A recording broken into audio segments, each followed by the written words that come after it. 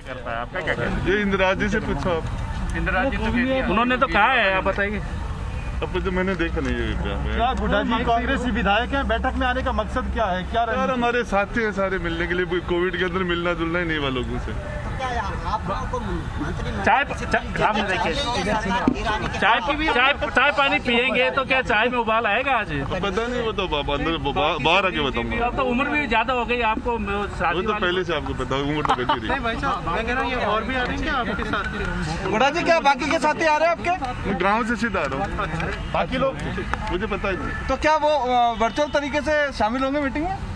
मुझे पता नहीं, मैं तो मुझे बुलाया था इसलिए। लेकिन आप तो कांग्रेस के विधायक निर्दलीयों की मीटिंग में शामिल पता नहीं यार, हमारे जो सारे साथी हैं वो अंदर हैं, काफी दिन हो गए, मुझे बुलाया इसलिए आ गया। मुझे पता नहीं किसकी मीटिंग है, लेकिन मुझे बुलाया था। एजेंडा भी नहीं पता होगा? एजेंडा भी नहीं पता आपको भी? नहीं, एजेंडे में चाय ऐसी कुछ है।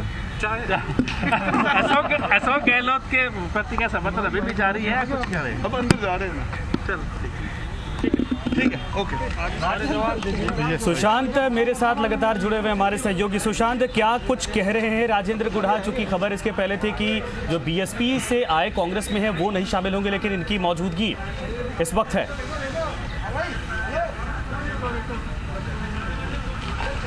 देखिए बिल्कुल ये हैरानी भरा था, क्योंकि पहले कहा गया था कि बसपा से जो कांग्रेस में विधायक आए हैं वो शामिल नहीं होंगे, लेकिन राजेंद्र गुढ़ा पहुंचे हैं और जिस तरीके से वो कह रहे हैं कि मुझे बुलाया गया है, संयम लोढ़ा ने फ़ोन करके बुलाया है, निश्चित तौर पे रणनीति में बदलाव हुआ है और बहुत ज़्यादा बोलने की स्थिति में नहीं है राजेंद्र गुढ़ा। अभी आप सुन रहे थे, सवालों के जवाब नहीं दे रहे थे। वो कह रहे थे कि अभी मैं देखूंगा, बातचीत करूंगा क्या मुद्दा रहने वाला है और वर्तमान हालातों पर किस तरीके से क्या चर्चा होती है, लेकिन मैं अपने दोस्तों से मिलने आया हूं। निश्चित तौर पे अब कुछ और गाड़ियां भी, एक बार कैमरामैन विजय आपको दिखाएं।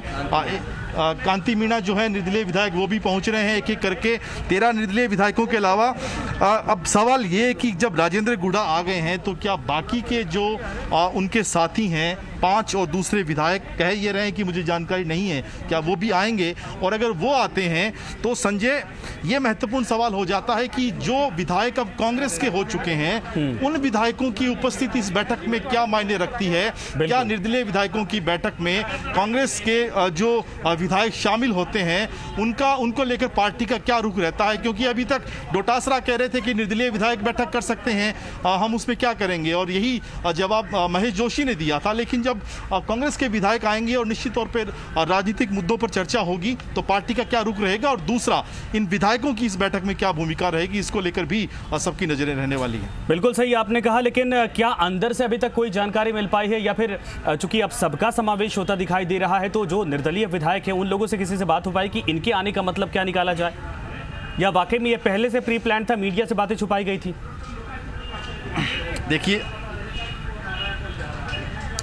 देखिए बिल्कुल मतलब तो बिल्कुल साफ है संजय, मतलब कुछ छिपा हुआ नहीं रहा है अब, क्योंकि एक ऐसा विषय है जो बिल्कुल ओपन हो चुका है। सबको पता है कि इस बैठक का आज उद्देश्य क्या है।